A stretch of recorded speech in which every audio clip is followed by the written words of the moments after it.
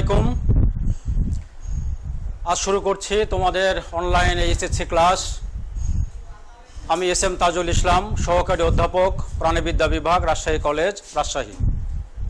শিক্ষার্থীরা, আজকে আমি তোমাদের আলোচনা করব তোমাদের এইচএসসি প্রাণীবিজ্ঞান অর্থাৎ বায়োলজি সেকেন্ড পেপার প্রাণীবিজ্ঞানের 12তম অধ্যায়, বাংলায় যেটাকে আমরা বলি প্রাণী আচরণ, ইংলিশ আমরা বলি অ্যানিম্যাল বিহেভিয়ার। তাহলে শিক্ষার্থীরা তোমরা খেয়াল করো, আমরা আজকে আলোচনা করব তোমাদের প্রাণীবিজ্ঞানের 12তম অধ্যায় অর্থাৎ শেষ অধ্যায়, অ্যানিম্যাল বিহেভিয়ার বা প্রাণী আচরণ। তাহলে শিক্ষার্থীরা, আমরা ধীরে ধীরে বিষয়গুলো নিয়ে আলোচনা করব। আশা করছি তোমরা বই পুস্তক নিয়ে রেডি আছো। আমি যে তথ্যগুলো দিব, যে কথাগুলো বলবো, এগুলো সুন্দরভাবে তোমরা ফলো করবে এবং সুন্দরভাবে ভাষায় হোমওয়ার্ক করলে যে ধরনের প্রশ্ন আছে সেই প্রশ্নগুলোর তোমরা উত্তর দিতে পারবা। হতে পারে সেটা এমসিকিউ এবং হতে পারে সেটা সিকিউ। তাহলে শিক্ষার্থীরা, আমরা তাহলে শুরু করছি প্রাণীর আচরণ বা অ্যানিম্যাল বিহেভিয়ার। তো দেখো, এখানে আমরা প্রথমে কিছু ছবি দেখাচ্ছি। তোমরা দেখতে পাচ্ছ এখানে প্রাণীদের বিভিন্ন ধরনের বিহেভিয়ারের বিষয় আছে। এখানে দেখো হেরিঙ্গাল, তারপর অন্যান্য প্রাণী কিভাবে শীতের সময় একজন আরেকজনকে জড়িয়ে উষ্ণতা নিয়ে নিচ্ছে। আবার এই যে একটা খরগোশ কিভাবে খাবার সংগ্রহ করছে। আবার দুইটা প্রাণী কিভাবে একজনের সঙ্গে আরেকজনের একটু খুনসুটি বা একটু ইয়ার্কি ফাজলামোর মতো ব্যাপারগুলো করছে, তোমরা নিশ্চয়ই ছবিতে দেখতে পাচ্ছ। এরপরে দেখো আরও কিছু বৈশিষ্ট্য এখানে দিয়ে দেওয়া আছে। ক্যাঙ্গারু তার বাচ্চাটাকে কিভাবে প্যারেন্টাল কেয়ারের মাধ্যমে রাখছে। এখানে এই যে দেখো, হ্যাঁ, সুন্দর সুন্দর সব ছবি, এগুলোই হলো অ্যানিম্যাল বিহেভিয়ারের ছবি। আরও দেখো আরেকটা চিত্র এখানে তোমরা দেখতে পাবা। এই যে দেখো, একটা প্রাণী তার বাচ্চাকে কোলের ভিতরে নিয়ে কিভাবে গাছে তাকে প্রতিরক্ষার মাধ্যমে রাখছে। তারপরে দেখো দুইটা পাখি কিভাবে কোর্টশিপ বা একজনের সঙ্গে আরেকজনের আন্ডারস্ট্যান্ডিংয়ের বিষয়গুলো দেখানো হচ্ছে। আরেকটা ছবি দেখো নিচে, চিংড়ি বা পর্ন কিভাবে একজনের সঙ্গে আরেকজন একেবারে রিভেন্সফুল প্রতিশোধ পরায়ণ মেন্টালিটিতে একজন আরেকজনের সঙ্গে ঝগড়াঝাটির এক ধরনের মনে হচ্ছে সিংহের মতো, যেটাকে আমরা রোস্টাম বলি। রোস্টাম একদম খাড়া করে একজন আরেকজনকে আক্রমণের মতো এক ধরনের অবস্থায় আছে। এগুলো বুঝতে পারছো, আমি যে স্লাইড 3টা এখানে দেখালাম, এগুলো হলো প্রাণী আচরণের বিভিন্ন ধরনের বিষয়। যখন যেভাবে তাদের সামনে উদ্দীপকটা আসে সেভাবে তারা আচরণটা করে। তো যাই হোক, এতক্ষণ আমি প্রাণী আচরণের কিছু ছবি দিয়ে তোমাদের আচরণগত কিছু বিষয়টা দেখিয়ে দিলাম, যে প্রাণীর সঙ্গে কিভাবে আচরণগত বিষয়গুলো তার দৈহিক পরিবর্তনের মাধ্যমে দেখায়, সেই সিনগুলো আমরা কিছু দেখলাম। এখন আমরা চলে যাব মূল আলোচনায়। তাহলে শিক্ষার্থীরা দেখো, স্লাইডে দেখতে পাচ্ছ আমরা যেটা আলোচনা করছি সেটা হলো প্রাণী আচরণ। এখন প্রশ্ন হলো, প্রাণী আচরণ বা অ্যানিম্যাল বিহেভিয়ার কি? তো বলা হচ্ছে যে উদ্দীপকের প্রতি সাড়া দেওয়াই হলো প্রাণীর আচরণ। অর্থাৎ পারিপার্শ্বিকতায় যেই বিষয়গুলো দেখা যায় সেটাই হলো উদ্দীপক। সেই উদ্দীপককে খেয়াল করে তার বিপরীতে প্রাণী যেই তার ইয়াটা করে, অর্থাৎ স্বভাব চরিত্রের যে বহিঃপ্রকাশটা ঘটায়, সেটাকে আমরা বলি প্রাণীর আচরণ। এগুলো বিভিন্নভাবে হতে পারে। একটা হতে পারে দেহ সঞ্চালন, অর্থাৎ কেউ তোমাকে আক্রমণ করতে আসলো, তুমিও তাকে আক্রমণ করতে গেলা। বা কখনো কখনো কেউ তোমাকে এমন একটা মন্তব্য করলো, তোমার মেজাজটা খিচিয়ে গেল, চোখ মুখ একদম শক্ত হয়ে গেল, বিরক্ত নিয়ে তাকালা। সে যেভাবে আচরণ করলো তুমিও তার বিপরীত আচরণ করলে। কেউ যদি সুন্দর আচরণ করে, তুমি সুন্দর একটা তাকে হাসি দিয়ে অভ্যর্থনা জানালা। অর্থাৎ বিপরীত থেকে যে অনুভূতিটা আসছে সে অনুসারে তোমার দেহ যে ধরনের ভঙ্গিমা দেখায়, এটাই মূলত হলো প্রাণীর আচরণ বা অ্যানিম্যাল বিহেভিয়ার। এটা উদ্দীপক বা স্টিমুলাস থেকে আসে। তো এটা বিভিন্ন হতে পারে। দেখো বলা হচ্ছে দেহ সঞ্চালন, ছুটাছুটি, অঙ্গভঙ্গি, আত্মগোপন, ধ্বনি সৃষ্টি, শব্দ সৃষ্টি করেও এটা দেখানো যেতে পারে। বর্ণ পরিবর্তন, অনেক প্রাণী আছে তাদের প্রজনন সময় তাদের বর্ণ পরিবর্তন করে। গন্ধ নিঃসৃত, তারপরে কান বা লোম খাড়া করা। বিভিন্ন প্রাণী আছে, সে যদি রেগে যায় তাহলে কি করে, লোমটা খাড়া করে তাকে তেড়ে আসে। এরকম বিভিন্ন প্রাণী বিভিন্নভাবে তার যেই বৈশিষ্ট্যের প্রকাশ ঘটায় উদ্দীপককে কেন্দ্র করে, এটাকে আমরা বলি প্রাণীর আচরণ বা অ্যানিম্যাল বিহেভিয়ার। আচরণ প্রাণীর স্নায়ুতন্ত্র, অন্তঃক্ষরা গ্রন্থি এবং পেশিতন্ত্রের সমন্বিত কার্যকারিতার ফল। অর্থাৎ 3টি বিষয় দ্বারা প্রাণীর আচরণ বা অ্যানিম্যাল বিহেভিয়ার নিয়ন্ত্রিত হয়। তার প্রথমত যেটা, সেটা হলো কি স্নায়ুতন্ত্র অর্থাৎ নার্ভাস সিস্টেম। নার্ভাস সিস্টেম এই ক্ষেত্রে একটা ভূমিকা পালন করে, অর্থাৎ আমাদের central nervous system.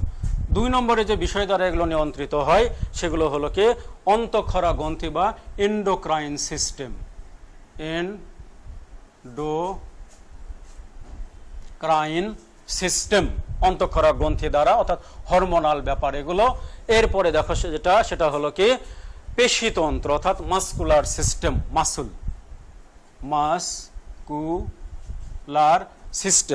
Muscular system, অর্থাৎ অঙ্গভঙ্গির অনেক বিষয় আমাদের হতে পারে এই এলাকাগুলো দ্বারা, আমাদের হাত দ্বারা। যেমন আমরাই জানি, আমাকে কেউ আক্রমণ করতে আসলো, আমিও কি করলাম, আমার হাতটাকে একবার এই যে সংকুচিত করে, অর্থাৎ বাইসেপসকে সংকুচিত করে, ট্রাইসেপসকে প্রসারিত করে আমি এইভাবে কৌণিক দূরত্ব কমিয়ে দিলাম, তারপরে আমিও তাকে আঘাত করলাম। এই যে বিভিন্ন ধরনের পেশিতন্ত্রের বিষয়। আবার আমরা রেগে গেলে আমাদের পেশির চেহারা এক ধরনের হয়ে যায়, আবার আমরা যদি আনন্দ মুহূর্ত হয় তাহলে হাসি দিলে পেশির এক ধরনের সংকোচন প্রসারণ হয়। এই বিষয়গুলো আমাদের এই প্রাণী আচরণের ক্ষেত্রে শারীরিক যেটা কর্মকাণ্ড বা শারীরিক অঙ্গভঙ্গিতে ভূমিকা পালন করে। একটি হলো নার্ভাস সিস্টেম, আরেকটি হলো এন্ডোক্রাইন গ্ল্যান্ড, আরেকটি হলো মাসকুলার সিস্টেম। এই 3টি উপাদানের কার্যকারী ফল হলো উদ্দীপকের প্রতি আমাদের সাড়া দেওয়া বা প্রাণীর আচরণ বা অ্যানিম্যাল বিহেভিয়ারের বিষয়। তো শিক্ষার্থীরা, আশা করছি তোমরা কথা আমার বুঝতে পারছো। এখন আমরা যেটা আলোচনা করব, প্রাণী আচরণকে আসলে বিজ্ঞান, আমরা যদিও লিখছি যে অ্যানিম্যাল বিহেভিয়ার, কিন্তু আসলে আমরা এটাকে বলি ইথোলজি। প্রাণী আচরণের এটাকে আমরা আসলে টার্মে যেটা বলি সেটা হলো ইথোলজি। ইথোলজি বা আচরণবিদ্যা, বাংলায় আমরা বলি আচরণবিদ্যা, ইংলিশে বলি ইথোলজি। ইথোলজি কোথা থেকে আসছে এটা আমরা একটু জানবো, যেটাকে আমরা বলি ডেরিভেটিভস টার্ম বা উৎপত্তিগত শব্দ। তো এটা আসছে গ্রিক শব্দ থেকে, গ্রিক শব্দ ইথোস। গ্রিক শব্দ ইথোস শব্দের অর্থ হলো আচরণ বা যেটাকে আমরা বলি বিহেভিয়ার। বিহেভিয়ার বা বাংলায় আমরা বলি আচরণ, স্বভাব চরিত্র। আর আরেকটি গ্রিক শব্দ তোমরা সবাই জানো, সেটা হলো কি, সেটা লগোস। লগোস মানে সবাই জানো নলেজ। নলেজ বা আমরা বলতে পারি ডিসকোর্স, আলোচনা, ডিসকোর্স, COURS, ডিসকোর্স। বুঝতে পারছো, মানে আচরণ, আর এখানে হলো আলোচনা বা জ্ঞান, অর্থাৎ আচরণ সংক্রান্ত যে প্রাণীবিজ্ঞানের যে শাখায় জীবের বা প্রাণীর আচরণগত বিষয় নিয়ে আলাপ আলোচনা করা হয়, গবেষণা করা হয়, স্টাডি করা হয়, সেই বিদ্যাকে আমরা বলি আচরণবিদ্যা, ইংলিশ আমরা বলি ইথোলজি। তাহলে শিক্ষার্থীরা দেখো, আচরণবিদ্যার ইংলিশ টার্ম হলো ইথোলজি। কি বললাম, গ্রিক শব্দ ইথোস মানে হলো বিহেভিয়ার বা আচরণ বা স্বভাব চরিত্র, আর লগোস মানে হলো নলেজ বা জ্ঞান বা ডিসকোর্স বা আলোচনা। এখান থেকে মূলত আসছে ইথোলজি, অর্থাৎ আচরণ সংক্রান্ত বিজ্ঞান।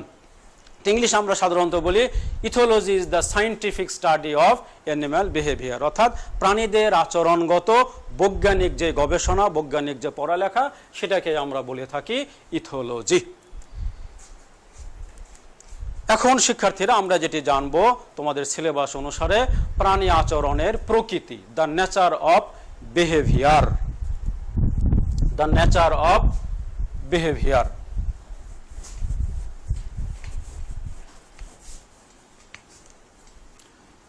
তাহলে দেখো, আমরা এখন যেটা জানবো প্রাণী আচরণের প্রকৃতি, প্রাণীরা কিভাবে আচরণ করে থাকে তার প্রকৃতি নিয়ে আমরা আলোচনা করব। The nature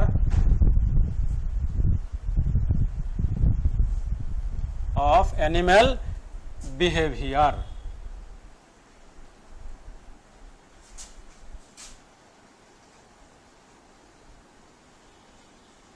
The nature of animal behavior বা প্রাণী আচরণের প্রকৃতি। তো প্রাণী আচরণের প্রকৃতি কি? আসলে আমরা আচরণটা কি বললাম, উদ্দীপনার প্রতি সাড়া দেওয়াই হলো প্রাণীর আচরণ, অর্থাৎ যেভাবে উদ্দীপনা আসবে সেই অনুসারে প্রাণী তার অঙ্গভঙ্গি করবে, বিভিন্ন ধরনের মানে বিষয়গুলো প্রকাশ করবে। এই প্রকাশিত রূপটাই হলো প্রাণীর আচরণ। তো বলা হচ্ছে যে একটা প্রাণী আসলে বিভিন্ন সময় বিভিন্ন পরিবেশে বিভিন্নভাবে আচরণ করে থাকে।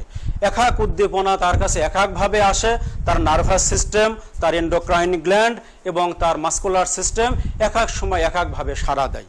সুতরাং একই স্টিমুলাসে বা একই ধরনের উদ্দীপকে প্রাণী যে সবসময় একইভাবে আচরণ করবে তা না। অর্থাৎ বলা হচ্ছে বিভিন্ন ধরনের উদ্দীপকের ভিত্তিতে পারিপার্শ্বিক অবস্থার প্রেক্ষিতে প্রাণী বিভিন্নভাবে আচরণ করে থাকে। সেই বিষয়টাকে আমরা বলি প্রাণীর আচরণের প্রকৃতি বা the nature of animal behaviour. এখন বিষয় হলো এটা কি। যেমন উদাহরণ হিসেবে আমরা তোমাদেরকে বলতে পারি, ধরো একটা খাবার সবারই খুবই পছন্দ, বিশেষ করে সুস্বাদু খাবার যদি দেখা যায় সবারই ইচ্ছা করে। এখন বলা হচ্ছে যে একটা খাবার সামনে আছে, ক্ষুধার্ত অবস্থায় যে কোনো খাবার যদি তুমি দেখো, ওই খাবারটাকে তোমাদের কাছে মনে হবে পৃথিবীর সবচেয়ে সুস্বাদু খাবার। আমি পাইলাম, ইহাকে পাইলাম, মানে তুমি একেবারে উদর পূর্তি করে খেয়ে নিবা। খেয়ে নিয়ে যে পাশে আছে তাকে বলবা ওয়াও খেলাম। অথচ তোমার পেট যদি ভর্তি থাকে, ওই খাবার বরচেয়েও ভালো খাবার তোমাকে যদি দেওয়া হয়, তাহলে তুমি এক ধরনের অঙ্গভঙ্গি করবা, না দরকার নাই, থাক, কি দরকার। তাহলে খেয়াল করো শিক্ষার্থীরা, একই খাবার ক্ষুধার্ত অবস্থায় তোমার কাছে খুবই আগ্রহের মনে হচ্ছে, খুবই সুস্বাদু মনে হচ্ছে, ওই একই ধরনের খাবার তোমার যখন পেট ভর্তি তখন তোমার আর দেখে তেমন ইচ্ছা জাগছে না। উদ্দীপক কিন্তু একই ধরনের আছে, কিন্তু তোমার পারিপার্শ্বিক অবস্থা বা তোমার দেহের অবস্থাগত কারণে একই খাবার একবার তোমার কাছে খুবই আগ্রহের অবতারণা করছে, ওই একই খাবার আরেকবার তোমার কাছে একেবারে মনে হচ্ছে না এটার দরকার নাই, বরং কখনো কখনো একটু বিরক্তও লাগে, আবার কেন খাবার। হ্যাঁ, তাহলে শিক্ষার্থীরা বুঝতেই পারছো। এরপর আরেকটা বলতে পারি যে ধরো একটা কুকুর বা একটা প্রাণী তার কাছে তার একেবারে পছন্দের খাবার, মানুষ যেটা পছন্দ করে, এই অবস্থায় সে খাবার হয়তো খেতেও চায়, অন্য একটা শিকারী প্রাণী তাকে তাড়া দিল। একটা শিকারী প্রাণী তাড়া দিল, তার জীবনের মায়া নিয়ে সে দৌড়াদৌড়ি করছে, সে কিন্তু ক্ষুধার্ত। এই অবস্থায় দেখা গেল সে দৌড়াদৌড়ি অবস্থাতেই তার সামনে অতীব সুস্বাদু এবং সুঘ্রাণযুক্ত খাবার, সে চোখে দেখলো যে হ্যাঁ আমি দৌড়িয়ে যাচ্ছি, আমার সামনে খুবই সুস্বাদু খাবার এবং আমার সবচেয়ে প্রিয় খাবার।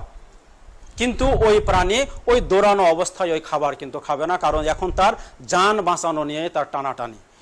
তারপরে যখন দেখা গেল যে তার সে একটা নিরাপদ অবস্থায় চলে আসলো, তারপরে যদি খাবার দেখে তাহলে সে খাবে। অর্থাৎ বলা হচ্ছে যে একটা তাড়া খাওয়া প্রাণী যতক্ষণ সে নিরাপদ অবস্থায় না যাবে, যতই তার সামনে সুস্বাদু বা তার প্রিয় খাবার থাকুক, এই খাবার সে গ্রহণ করবে না। যখন একটা নিরাপদ পরিবেশে যাবে তখন সে খাবারগুলো গ্রহণ করবে। তার মানে সবসময় উদ্দীপক একইভাবে তার উপরে প্রভাব বিস্তার করতে পারে না বা প্রাণীর আচরণ সঠিকভাবে দেখাতে পারে না। এই বিষয়টাকে আমরা বলি the nature of animal behaviour বা প্রাণী আচরণের প্রকৃতি। অর্থাৎ উদ্দীপক যাই হোক, পরিবেশগত পরিস্থিতি দিয়ে সাধারণত প্রাণীর আচরণগুলো নিয়ন্ত্রিত হয়। যে উদাহরণ আমি দুইটা দিলাম, এটাতে নিশ্চয়ই তোমরা বুঝতে পারছো। এরপরে দেখো শিক্ষার্থীরা, আমরা যেটা আলোচনা করবো, আমরা কি বললাম, উদ্দীপক, ইংলিশ আমরা বলি স্টিমুলাস। উদ্দীপক আসলে প্রাণীর সাড়া দেওয়ার ক্ষেত্রে যে ব্যবস্থাপনাটা প্রাণী দেখতে পায় বা বুঝতে পারে, অনুভব করতে পারে, এটাকে সাধারণত আমরা উদ্দীপক বা স্টিমুলাস বলি। আমরা বাংলায় বলি উদ্দীপক, বাংলায় আমরা বলি উদ্দীপক, ইংলিশ আমরা বলি স্টিমুলাস। স্টিমুলাস অর্থাৎ এটা এমন একটা জিনিস যাকে কেন্দ্র করে প্রাণী আসলে সাড়া দেয়, এটাকে আমরা বলি উদ্দীপক বা স্টিমুলাস। যে প্রাণী দেহে যার কারণে উদ্দীপনা ঘটে তাকে আমরা বলি উদ্দীপক। অর্থাৎ যে বিশেষ ব্যবস্থাপনার মাধ্যমে আমরা আচরণটার বহিঃপ্রকাশ ঘটাই, সেটাকে আমরা বাংলায় বলি উদ্দীপক, ইংলিশ আমরা বলি স্টিমুলাস। তো বলা হচ্ছে উদ্দীপক বা স্টিমুলাস হলো দুই ধরনের। উদ্দীপক বা স্টিমুলাস হলো কয় প্রকার? এটি হলো দুই প্রকার।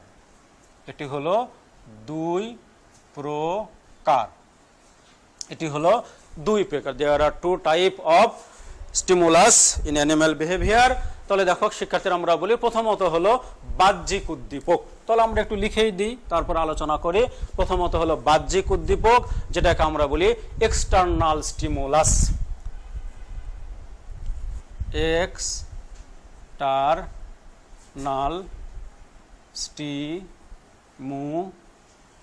এক্সটার্নাল স্টিমুলাস বাংলায় বলা হয় বাহ্যিক উদ্দীপক। দুই নম্বরে যেটা, সেটা হলো অভ্যন্তরীণ উদ্দীপক, যেটাকে আমরা ইংলিশে বলছি ইন্টারনাল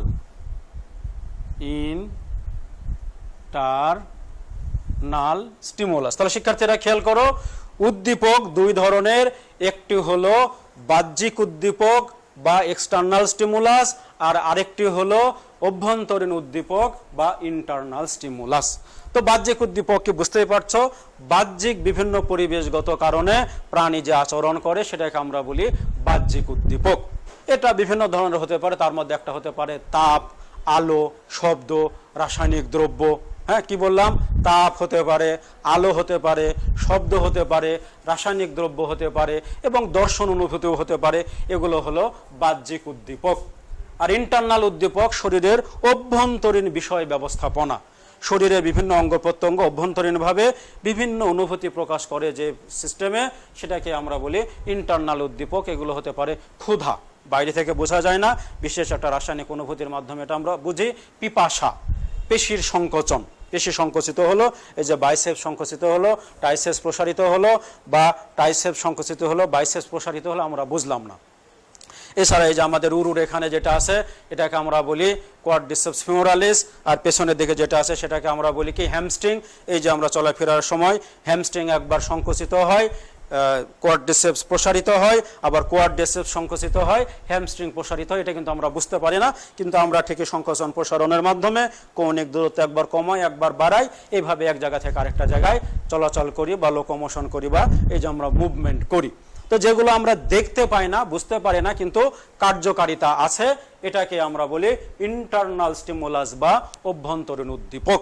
আর বাহ্যিকভাবে যেগুলো আমরা দেখতে পাই, বুঝতে পারি, সেগুলো হলো বাহ্যিক উদ্দীপক বা এক্সটার্নাল স্টিমুলাস।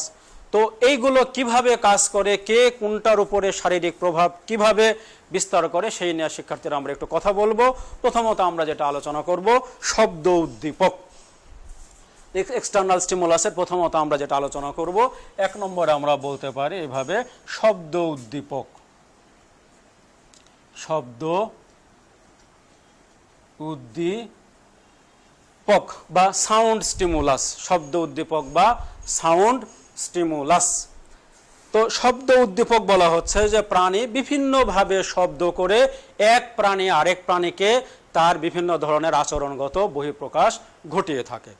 যেমন প্রজননের সময়ে এক প্রাণী বিশেষ করে পাখি বা অন্য প্রাণী সুরেলা কণ্ঠে গান গায়। সুরেলা কণ্ঠে যখন গান গায় তখন অপোজিটে যে থাকে সে গান দ্বারা মোহিত হয়ে তার দিকে সে আগত হয়, এটা হতে পারে। এছাড়াও শব্দ দ্বারা কোথাও খাবার, কোনো একটা প্রাণী অনেক বেশি খাবারের প্রাচুর্য দেখতে পেল, তখন সে বিশেষ এক ধরনের সাউন্ড করবে। এই সাউন্ডের ফলে তার ওই গোত্রীয় বা সমগোত্রীয় যে প্রাণীগুলো আছে ওই শব্দ বুঝতেই পেরেই তারা বুঝবে যে হ্যাঁ এখানে খাদ্যের প্রাচুর্য আছে, ও আমাদেরকে ডাকছে, আমাদের সেখানে যেতে হবে। এছাড়াও হতে পারে শত্রুর হাত থেকে রক্ষা, শত্রুর আবির্ভাব দেখলো তখন ওই প্রাণী, বিশেষ একটা প্রাণী যারা এই পাহারার দায়িত্বে থাকে, বিশেষ এক ধরনের শব্দ করলো, এই শব্দের ফলে সবাই সিরিয়াস হয়ে গেল, অর্থাৎ সেখান থেকে পালাতে হবে বা প্রতিরোধ ব্যবস্থাপনা নিতে হবে। তো শব্দের মাধ্যমে এই যে প্রাণীদের এই ধরনের আচরণ, এটাই আমরা বলি কি শব্দ উদ্দীপক স্টিমুলাস। দুই নম্বর আমরা বলতে পারি দর্শন, ভিজুয়াল, দর্শন বা ভিজুয়াল,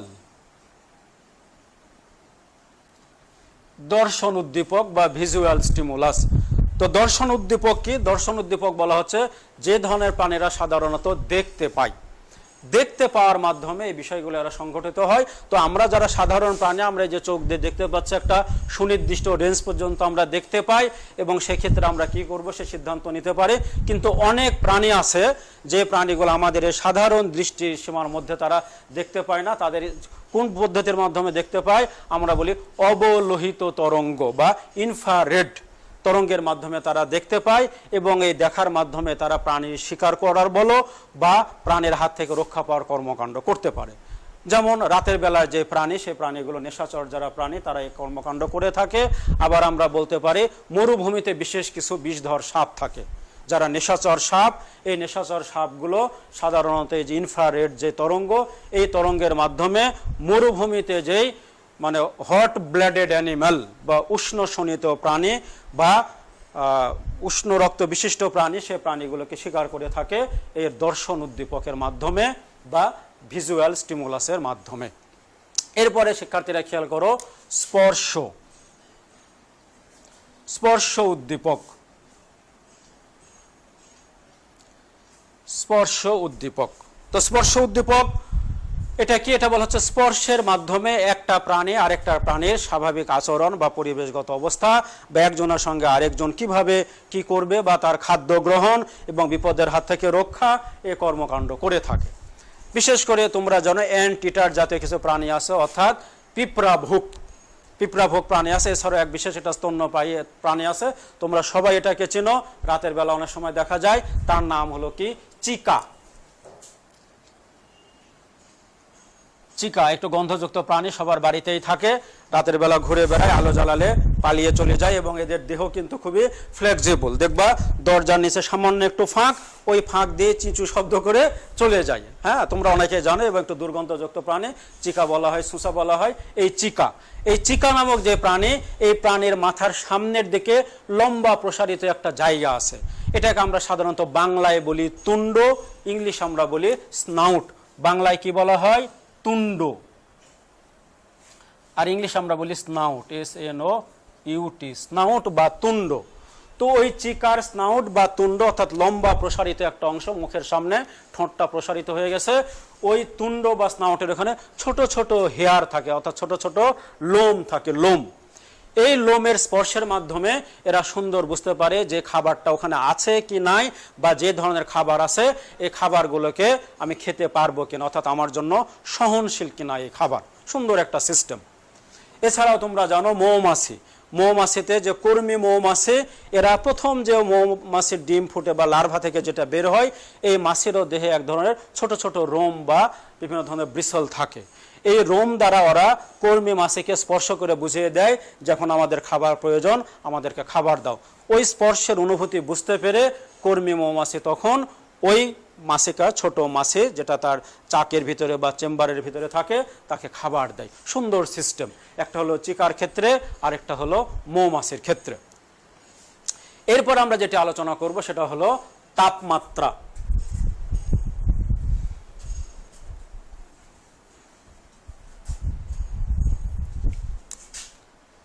চার নম্বরে হলো তাপমাত্রা,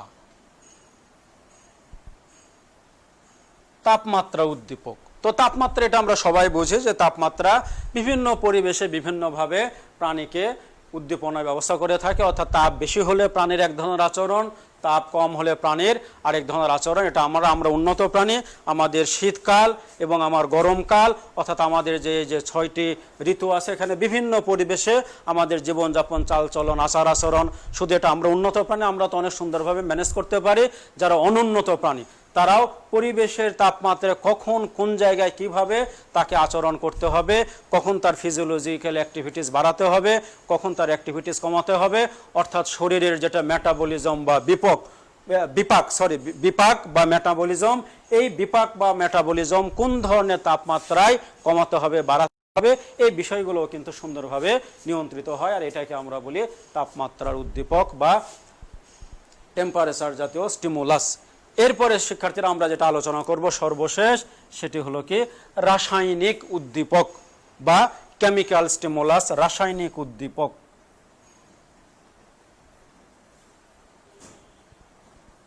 রাসায়নিক উদ্দীপক বা কেমিক্যাল স্টিমুলাস। তো রাসায়নিক উদ্দীপক কি? এই বিশেষ অর্থাৎ প্রত্যেকটা প্রাণী তার জীবনের বিভিন্ন পর্যায়ে বিভিন্ন ধরনের কর্মকাণ্ড পরিচালনার ক্ষেত্রে দেহ থেকে কিছু রাসায়নিক উপাদান নিঃসৃত করে, দেহ থেকে কিছু রাসায়নিক উপাদান নিঃসৃত করে। এই নিঃসরণের মাধ্যমে এরা সাধারণত যখন যৌন জননের সময় হয়, কোর্টশিপ টাইমিং চলে আসে, সেই সময় তারা কি করে, দেহ থেকে এক ধরনের উপাদান নিঃসরণ করে এক প্রাণী আরেক প্রাণীকে আকর্ষণ করে। এরকম কিছু বিষয় আছে। আবার কোনো কোনো ক্ষেত্রে এমন কিছু রাসায়নিক উপাদান নিঃসৃত করে যে রাসায়নিক উপাদান নিঃসরণের দুর্গন্ধে তার আশেপাশে শত্রু প্রাণী আসতে পারে না। তো সেক্সুয়াল কর্মকাণ্ডে বা যৌন জননের ক্ষেত্রে কোনো কোনো ক্ষেত্রে বিশেষ করে পুরুষ প্রাণী বিশেষ এক ধরনের রাসায়নিক উপাদান নিঃসরণ করে ফিমেল প্রাণীকে আকর্ষণ করে। এটাকে আমরা সাধারণত বলি সেক্স ফেরোমন। আমি একটু লিখে দিই শিক্ষার্থীরা, দেখো, ফেরোমন মন, সেক্স ফেরোমন, এগুলোর মাধ্যমে কি করে এক প্রাণী যৌন জননের সময় আরেক প্রাণীকে আকর্ষণ করে। তার মানে দেখো এগুলো হলো বিভিন্ন ধরনের রাসায়নিক উপাদান। এই রাসায়নিক উপাদান দ্বারা তারা তাদের আচরণগত বিষয়কে একজন আরেকজনকে বুঝিয়ে দেয়। তাহলে শিক্ষার্থীরা আমরা আলোচনা করলাম কি উদ্দীপক বা স্টিমুলাস, তার আমরা সংজ্ঞা বললাম উদ্দীপক বা স্টিমুলাস দুই ধরনের, একটি হলো বাহ্যিক উদ্দীপক বা এক্সটার্নাল স্টিমুলাস, আরেকটি হলো অভ্যন্তরীণ উদ্দীপক বা ইন্টারনাল স্টিমুলাস। এক্সটার্নাল স্টিমুলাসকে আমরা কার্যকারিতার দিক থেকে 5 ভাগে আমরা বলি। একটি হলো শব্দ উদ্দীপক, আরেকটি হলো দর্শন উদ্দীপক, আরেকটি হলো স্পর্শ উদ্দীপক, আরেকটি হলো তাপমাত্রার উদ্দীপক, আরেকটি হলো রাসায়নিক উদ্দীপক। এখন আমরা শিক্ষার্থীরা যেটি আলোচনা করব তাহলে আমাদের 1 নম্বরের আলোচনা হয়ে গেল। এখন আমরা আলোচনা করব ইন্টারনাল বা অভ্যন্তরীণ উদ্দীপক। তো আমি আগেই বলছি, এটা সংজ্ঞা আমি বলছিলাম যে অভ্যন্তরীণভাবে আমাদের স্নায়ুতন্ত্র, আমাদের যেটাকে আমরা বলি এন্ডোক্রাইন সিস্টেম, এছাড়াও আমাদের পেশি বিভিন্ন পদ্ধতি অবলম্বন করে আমাদের অভ্যন্তরীণভাবে যেই মানে বৈশিষ্ট্যের প্রকাশ বলতে পারো বা আমাদের আচরণগত যে বিষয়গুলো প্রকাশ করে সেটাকে আমরা বলি অভ্যন্তরীণ উদ্দীপক বা ইন্টারনাল স্টিমুলাস। সেক্ষেত্রে হতে পারে ক্ষুধা, হতে পারে পিপাসা, হতে পারে পেশির সংকোচন প্রসারণ, এই সংক্রান্ত কর্মকাণ্ড। যেমন ক্ষুধা আমাদের একটা পর্যায়ে গিয়ে আমাদের পেটে বা আমাদের শরীরে বিশেষ এক ধরনের সংকোচন প্রসারণ তৈরি হয়ে আমাদের এক ধরনের অনুভূতি তৈরি হয়, এটা আমরা বাইরে থেকে কিন্তু বুঝতে পারি না।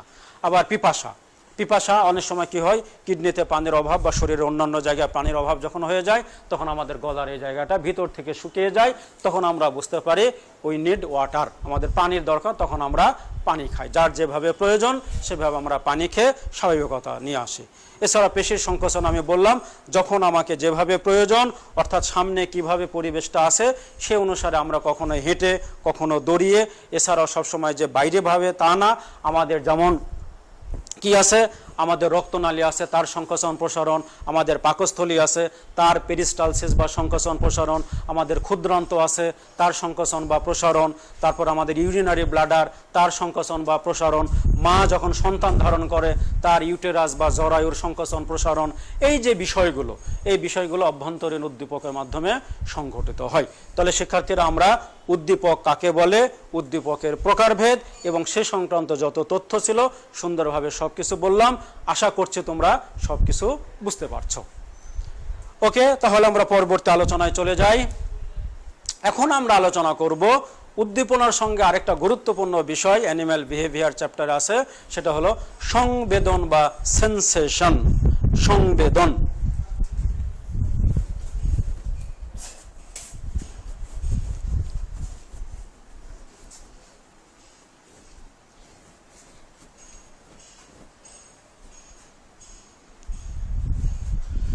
তাহলে দেখো শিক্ষার্থীরা আমরা এখন যেটা আলোচনা করব সেটা হলো সংবেদন। সংবেদন, সেন্সেশন,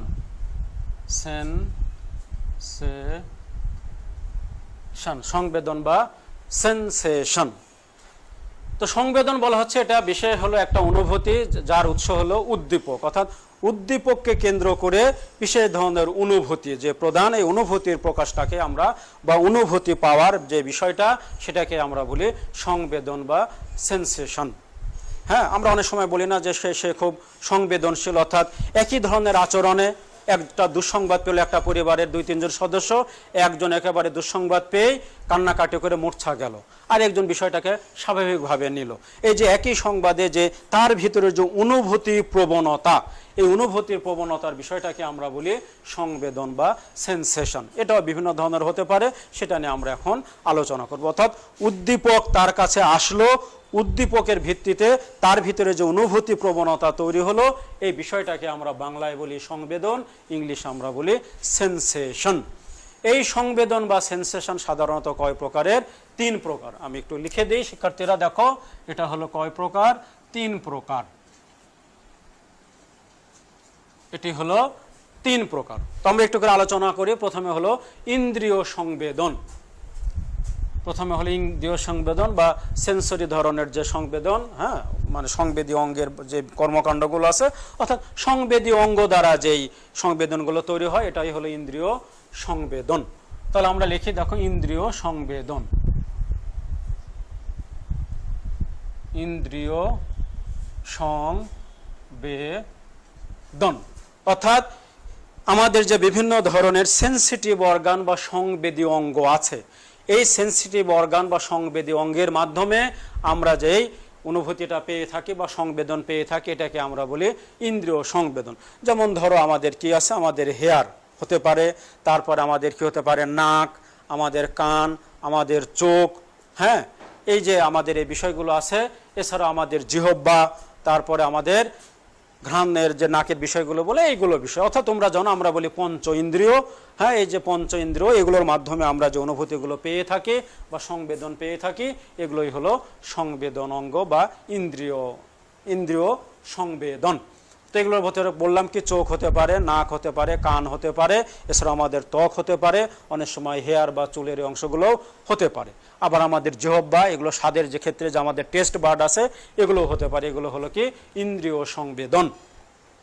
এরপরে 2 নম্বরে হলো দৈহিক সংবেদন, হ্যাঁ, ফিজিক্যাল মানে সেন্সেশন, দৈহিক সংবেদন। দৈহিক সংবেদন বা ফিজিক্যাল অর্থাৎ শারীরবৃত্তীয় আমাদের যেই তন্ত্রগুলো আছে, এই তন্ত্রগুলোর মাধ্যমে যে সংবেদনশীলতা আমরা প্রকাশ করতে পারি বা বুঝতে পারি, এটাকে আমরা বলি দৈহিক সংবেদন বা ফিজিক্যাল বা ফিজিক বা দেহ ঘটনা, অর্থাৎ বডিতে যে কর্মকাণ্ডগুলো সংঘটিত হয়। তো এগুলো কার মাধ্যমে হতে পারে, আমাদের ফুসফুস, ফুসফুসের ভিতরে অক্সিজেন কম আছে না বেশি আছে, অক্সিজেন যুক্ত পরিবেশে আমাদের ফুসফুসের সংকোচন প্রসারণ বা আমাদের ব্রিদিং যেটা বলি, সেটা এক ধরনের। অক্সিজেন কম হলে এক ধরনের, কার্বন ডাইঅক্সাইডের মাত্রা বেশি থাকলে এক ধরনের, কম থাকলে আরেক ধরনের। যেমন আমরা দেখি একটা বদ্ধ ঘরে যেখানে অক্সিজেনের পরিমাণ কম, কার্বন ডাইঅক্সাইডের পরিমাণ বেশি, অর্থাৎ আমরা সেখানে এক ধরনের গুমট লাগে, আমাদের শ্বাস প্রশ্বাস নিতে কষ্ট হয়, যেটাকে আমরা বলি সাফোকেশন বলি, অর্থাৎ অক্সিজেনের অভাব। তখন আমাদের এক ধরনের দম আটকে যাওয়া আচরণ হয়, এটা হলো ফুসফুসের কর্মকাণ্ড। হৃৎপিণ্ড যদি সঠিক থাকে, তার পেশিগুলো যদি ঠিকমতো কাজ করে, রক্ত সঞ্চালন যদি ঠিক থাকে, তাহলে এক ধরনের আচরণ, যদি সেখানে সেটা না থাকে আরেক ধরনের আচরণ। অর্থাৎ যেটার যে হার্ট বিট, যেটাকে তোমরা এতে পড়বে, নিশ্চয় পড়ছো। এছাড়া আমরা যেটাকে আমরা সিস্টল এবং ডায়াস্টল, যেটাকে আমরা আরেক ক্ষেত্রে আমরা বলি হার্ট মানে কার্ডিয়াক সাইকেল, অর্থাৎ একবার সংকোচন আরেকবার প্রসারণ, অলিন্দের প্রসারণ, অলিন্দের সংকোচন, আবার নিলয়ের প্রসারণ, নিলয়ের সংকোচন। এই যে বিষয়গুলো, রক্ত কিভাবে কাজ করছে এবং অন্যান্য বিষয় কিভাবে আছে, তার উপরে নির্ভরশীল। যকৃত বা কলিজা আমাদের দেহের সবচেয়ে বড় ল্যাবরেটরি অর্গান, তাই না? আমরা জানি যকৃত হলো মানব দেহের সবচেয়ে বড় জৈবিক গ্রন্থি, মানে আমার যেটা অর্গানিক কি বলে, ল্যাবরেটরি। তো এই যে ল্যাবরেটরি, এখানে বিভিন্ন ধরনের রাসায়নিক ক্রিয়া বিক্রিয়া হয়, সেখানে কোন ধরনের রাসায়নিক উপাদান আসলো, দেহের জন্য ভালো না দেহের জন্য মন্দ, এই বিষয়গুলো এর উপরে নির্ভরশীল। পাকস্থলীতে খাবার থাকলে এক ধরনের সংবেদন, খাবার না থাকলে আরেক ধরনের সংবেদন। সে কি লেভেলে পেরিস্টালসিস হবে এবং কোন অবস্থায় হাইড্রোক্লোরিক অ্যাসিড নিঃসৃত হবে, কোন অবস্থায় হবে না। এছাড়াও পাকস্থলীর ভিতরে বিভিন্ন ধরনের গ্রন্থি আছে, এই গ্রন্থির ভিতরে বিভিন্ন ধরনের কোষ আছে, জাইমোজেনিক সেল আছে, অক্সেন্ট্রিক সেল আছে, জি সেল আছে, আর অনেক ধরনের বিষয় আছে। এই বিষয়গুলো কিভাবে কাজ করবে, সেগুলোই হলো এই দৈহিক সংবেদনশীলতার বিষয়। এগুলো সাধারণত নিউরন দ্বারা বাহিত হয়ে আমাদের মস্তিষ্কের মাধ্যমে কর্মকাণ্ড হয়, অর্থাৎ এখানে একটা অনুভূতি হবে, এই অনুভূতিগুলো কি হবে, সেন্সরি নার্ভের মাধ্যমে চলে যাবে কোথায়, আমাদের মস্তিষ্কে সেখানে প্রোগ্রামিং হবে, তারপরে মোটর নার্ভের মাধ্যমে সেগুলো আমাদের ওই অঙ্গ প্রত্যঙ্গে চলে আসবে এবং আমরা এই সংবেদনটা প্রকাশ করব। এরপরে শিক্ষার্থীরা আসো পেশি সংবেদন বা মাসল সেন্সেশন। 3 নম্বরে হলো পেশি সংবেদন। পেশি সংবেদন বা মাসল সেন্সেশন। পেশি সংবেদন বলা হচ্ছে, এটা হলো পেশির সংকোচন এবং প্রসারণের উদ্দীপনা।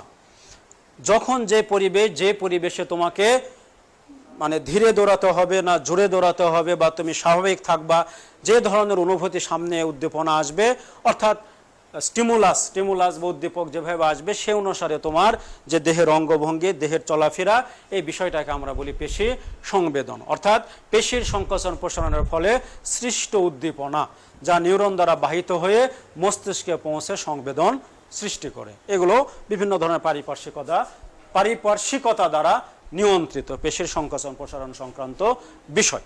এগুলোই হলো আমাদের সংবেদন বা সেন্সেশন। তাহলে শিক্ষার্থীরা আমরা বললাম সংবেদন বা সেন্সেশনের সংজ্ঞা, তারপরে বললাম এটি 3 প্রকার, একটা হলো ইন্দ্রিয় সংবেদন, আরেকটি হলো দৈহিক সংবেদন, আরেকটি হলো পেশি সংবেদন।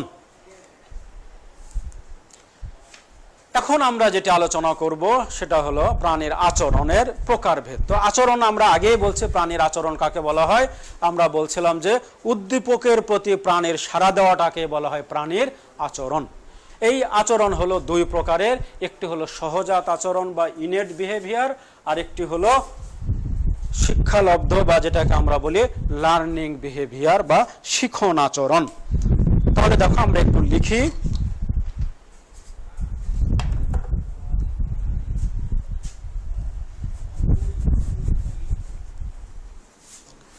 তো আচরণ বা বিহেভিয়ার কাকে বলে এটা নিয়ে তো আমরা কথা বলছি, তারপর আমি একটু লিখে দিই। তাহলে আমরা দেখো আলোচনা করছে কি আচরণ, আচরণ বা বিহেভিয়ার, বিহেভিয়ার, আচরণ বা বিহেভিয়ার। তো আচরণ বা বিহেভিয়ার কি আমরা আগেই বলছি। তো এই আচরণ বা বিহেভিয়ার আসলে কয় ধরনের? এই আচরণ বা বিহেভিয়ার হলো 2 প্রকার, 2 প্রকার, 2 টাইপ, হ্যাঁ 2 প্রকার। তো 2 প্রকারের কি? প্রথমত যেটা সেটা হলো বলা হচ্ছে কি এটা সহজাত আচরণ,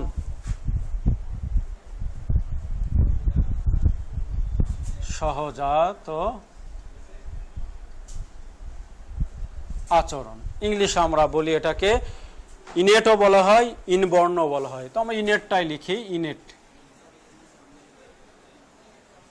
ইনেট বা আমরা বলতে পারি ইনবর্ন, 2টা টার্মে আমরা লিখে দিই BORN, ইনবর্ন বিহেভিয়ার, BHEVIOUR,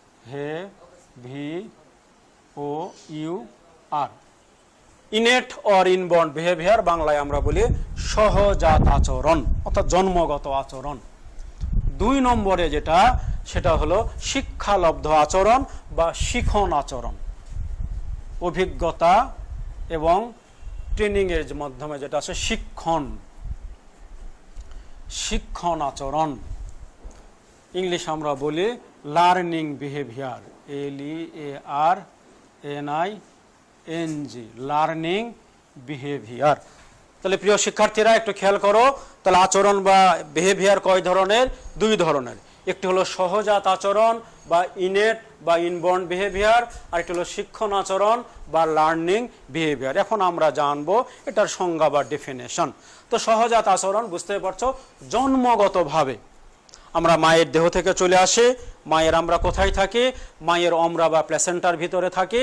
সেখান থেকে একটা সময় পরে 280 ± 7 দিন আমরা বলি, অর্থাৎ 273 দিন বা 287 দিন, এই সময়টাতে বা 38 থেকে 40 সপ্তাহ আমরা মায়ের শরীরের ভিতরে থাকি, ইউটেরাস বা জরায়ুর ভিতরে থাকি। তারপর আমরা পৃথিবীতে চলে আসি।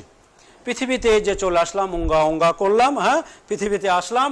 আসার পরে আমরা পৃথিবীতে এসে তো অনেক কিছু শিখি, কিন্তু মায়ের শরীর থেকে পৃথিবীতে আসলাম, এসেই কোনো অভিজ্ঞতা কোনো শিক্ষা ছাড়াই জন্মগতভাবে যে আচরণটা আমরা পেয়ে থাকি, এই আচরণটাকে আমরা বলি ইনেট বিহেভিয়ার বা সহজাত আচরণ বা জন্মগত আচরণ। এই ক্ষেত্রে কোনো অভিজ্ঞতার প্রয়োজন হয় না, এক্ষেত্রে কোনো ট্রেনিং বা প্রশিক্ষণের প্রয়োজন হয় না।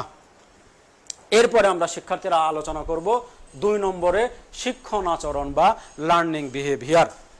অর্থাৎ এই ক্ষেত্রে এটা হলো একটা পরিবর্তনশীল আচরণ। এই আচরণটা অভিজ্ঞতা বা অনুশীলন বা ট্রেনিং এর মাধ্যমে বা প্রশিক্ষণের মাধ্যমে আমরা পেয়ে থাকি। এটা পরিবেশ দ্বারা নিয়ন্ত্রিত হয়।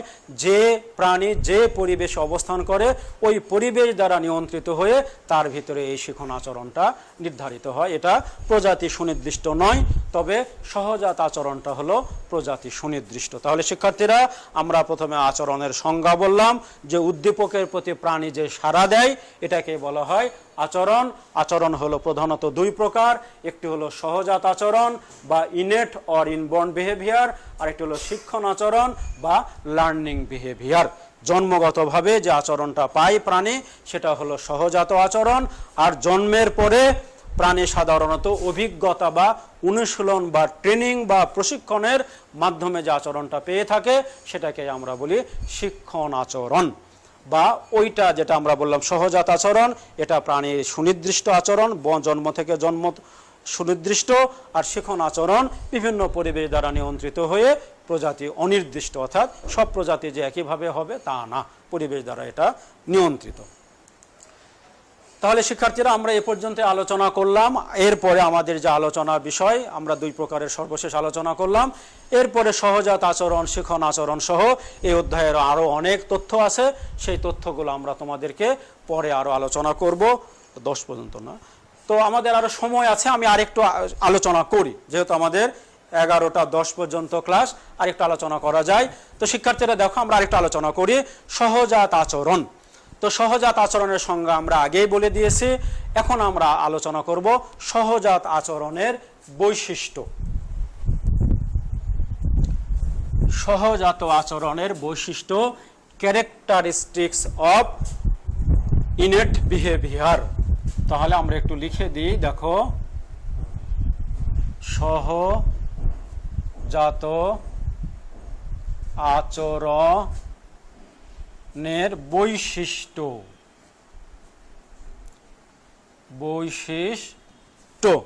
Characteristics of innate or inborn behaviour.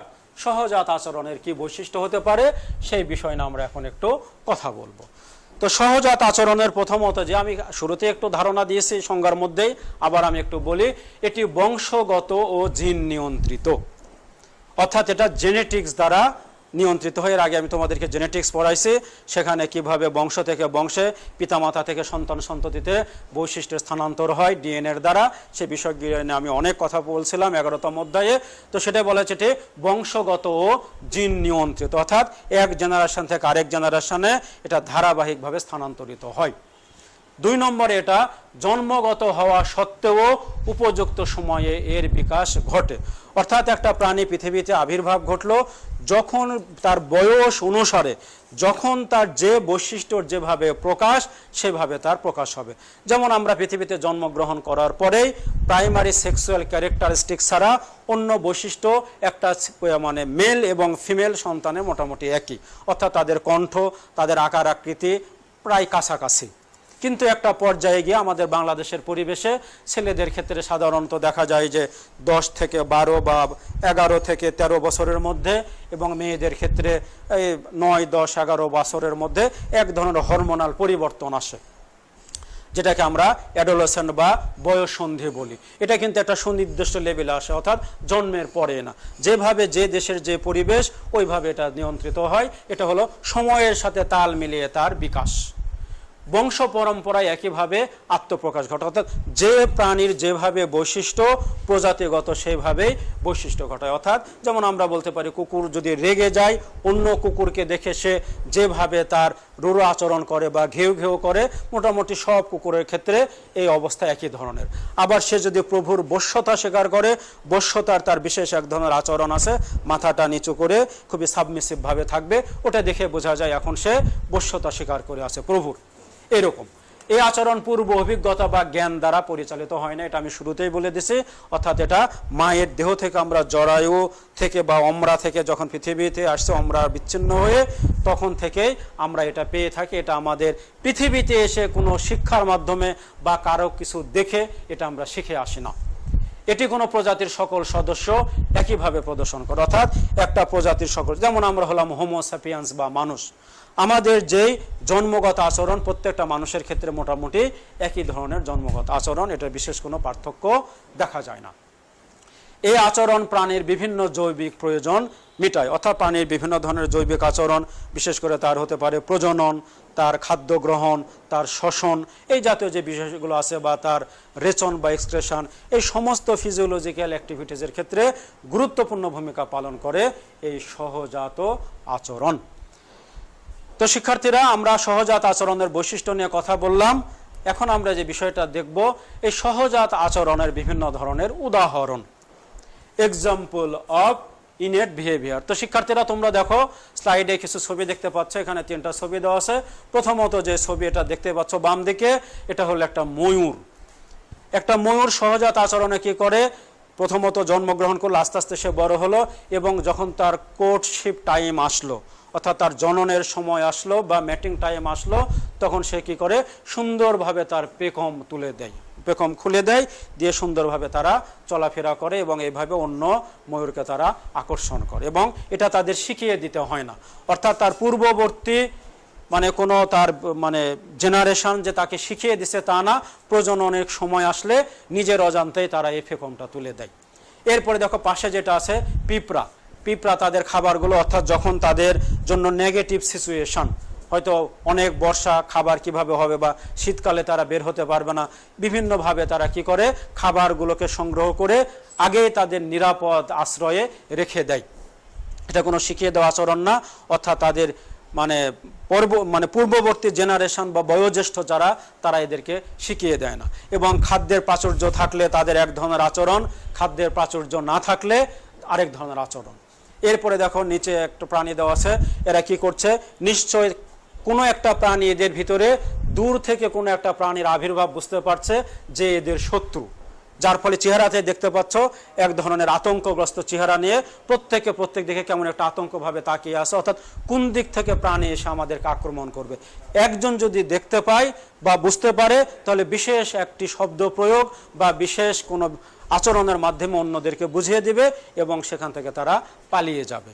বা যদি যুদ্ধ করতে পারে, যুদ্ধ করবে, হয় ফাইট অর ফ্লাইট, হয় ফাইট করবে বা যুদ্ধ করবে বা ফ্লাইট বা উড়ে যাবে। হ্যাঁ, হয় ফাইট না হয় ফ্লাইট। আমরা বলি ফাইট অর ফ্লাইট রেসপন্স, সামনে আগিয়ে যাব, যুদ্ধ করব, না হলে উড়াল দেব। এরকম বিভিন্ন ধরনের আচরণ তাদের আগে থেকেই চলে আসে। এরপরে শিক্ষার্থীরা আমরা যেটি দেখব সেটা হলো শিখন আচরণ। তো শিখন আচরণের সঙ্গে আমরা আগেই বলে দিছি, শিখন আচরণ বলা হচ্ছে যে অভিজ্ঞতা বা ট্রেনিং বা প্রশিক্ষণের মাধ্যমে আমরা যে আচরণ দেখিয়ে থাকি প্রাণীরা, সেটাই হলো প্রাণীর শিখন আচরণ। তো দেখো আমরা শিখন আচরণ নিয়ে এখন একটু কথা বলবো। শিখন আচরণ বা শিক্ষণ আচরণ দুই ভাবে আমরা বলতে পারি আচরণ। তাহলে এটাকে আমরা কি বললাম, learning, learning behaviour, learning behaviour বা শিখন আচরণ। এই শিখন আচরণের কিছু বৈশিষ্ট্য আছে, তাহলে আমরা একটু লিখি শিখন আচরণের বৈশিষ্ট্য। শিখন আচরণের বৈশিষ্ট্য, ক্যারেক্টারিস্টিক্স অফ লার্নিং বিহেভিয়ার। তো শিখন আচরণেরও অনেকগুলো বৈশিষ্ট্য আছে। তার প্রথমত আমরা বলতে পারি এটি কোনো প্রজাতির সুনির্দিষ্ট স্বভাব নয়, অর্থাৎ এই আমরা আমাদের কথায় বলি যদিও হোমোস্যাপিয়েন্স, আচরণ শুধু আমাদের নিয়ে না, সব প্রাণী নিয়ে এখানে বলা হচ্ছে। এদের এক এক প্রাণী, আমরা এই যে মানুষেরা এক এক পরিবেশে এক এক সময় এক এক ধরনের আচরণ করি, অর্থাৎ এটা সুনির্দিষ্টতা নেই। এটি শিক্ষার মাধ্যমে অর্জিত হয়, অর্থাৎ জন্মের পরে যে পরিবেশ থেকে সে যে ধরনের শিক্ষা পেল ওই শিক্ষা দ্বারা এই আচরণটা নিয়ন্ত্রিত হবে, পরিবেশ দ্বারা সে পরিচালিত। এটির আচরণ পরিবর্তনশীল, অর্থাৎ এই ধরনের আচরণ কিন্তু ফিক্সড না। আমরা একটা টার্ম ব্যবহার করে আগামী দিন আলোচনা করব, FAP, ফিক্সড অ্যাকশন প্যাটার্ন, সে ধরনের না, এটা ফ্লেক্সিবল। ফ্লেক্সিবল অর্থাৎ যখন যেভাবে পরিবেশ সেভাবে তুমি তোমার আচরণগুলোকে কি করতে পারবা, চেঞ্জ করতে পারবা। এই আচরণ বংশ পরম্পরায় স্থানান্তরিত হয় না, অর্থাৎ এখানে জেনেটিক্যাল কোনো কর্মকাণ্ড নাই যে এক জেনারেশন থেকে আরেক জেনারেশনে একই ধারায় স্থানান্তরিত হবে, এমন কোনো বিষয় এখানে নেই। তারপরে বলা হচ্ছে সাধারণত উচ্চ শ্রেণীর প্রাণীতে এটা দেখা যায়, কারণ নিম্ন শ্রেণীর প্রাণীতে শিক্ষার বিষয়গুলো তুলনামূলকভাবে কম থাকে, কিছু ক্ষেত্রে যে থাকে না তা না, তবে উচ্চ লেভেলের যারা প্রাণী, বিশেষ করে প্রাইমেটস থেকে শুরু করে আমরা যে আরও উন্নত প্রাণী অর্থাৎ ম্যামালিয়াদের ক্ষেত্রে এটা তুলনামূলকভাবে বেশি দেখা যায়। এগুলোই হলো শিখন আচরণের কোনটা বলা হচ্ছে যে বৈশিষ্ট্যের বিষয়গুলো এখানে আমরা অবতারণা করলাম। সর্বশেষ আমরা বলতে পারি কোনো উদ্দেশ্য পূরণের জন্য আচরণের পরিবর্তন ঘটানো হয়, অর্থাৎ আমাদের যে জন্মের পরে যে বিষয়গুলো আমি কি করতে চাই, হ্যাঁ, হোয়াট ক্যান আই ডু, আমি কি করতে পারি, বা হাউ ক্যান আই ডু, আমি কি করতে চাই বা কি করতে পারি, আমি যা করতে চাই বা করতে পারি সেটা আমি আগে টার্গেট করি, এই টার্গেট করি এবং এই টার্গেটকে কেন্দ্র করে সেই অনুসারে আমার আচরণগুলো আমি মানে ভঙ্গি বা আমার আচরণের যে বিষয়গুলো সেগুলো আমি নির্দেশনা দিই। অর্থাৎ প্রথমত আমি টার্গেট করি যে আমি কি করতে চাই বা কি করতে পারবো, সেই অনুসারে আমার কর্মকাণ্ডগুলো আমি করে থাকি। এই যে বহিঃপ্রকাশ ঘটিয়ে থাকি আমার শারীরিক বা বিভিন্ন ধরনের, এই বিষয়টাকে আমরা বলি শিখন আচরণের বৈশিষ্ট্যগত দিক। তাহলে শিক্ষার্থীরা আমরা প্রথমত আলোচনা করলাম প্রাণীর জন্মগত আচরণ বা সহজাত আচরণ, তার সংজ্ঞা এবং তার বৈশিষ্ট্য। পরবর্তীতে আমরা আলোচনা করলাম শিখন আচরণ কি, সেই শিখন আচরণের সংজ্ঞা এবং শিখন আচরণের বৈশিষ্ট্য। তো আমরা এই পর্যন্ত আজকে আল্লাহ হাফেজ করি। এরপরে আর যে বিষয়গুলো আছে, আগামী 24 তারিখে ক্লাস আছে সকাল 9টা থেকে 10টা। তোমরা অবশ্যই লাইভে থাকবে, আশা করছি সেই সময় পরবর্তী যে আলোচনাগুলো হবে এগুলো তোমরা সুন্দরভাবে শুনবে এবং সেগুলো আমি ধারাবাহিকভাবে তথ্য নির্ভর আলোচনা করব। সে পর্যন্ত সবাই ভালো থেকো। আসসালামু আলাইকুম।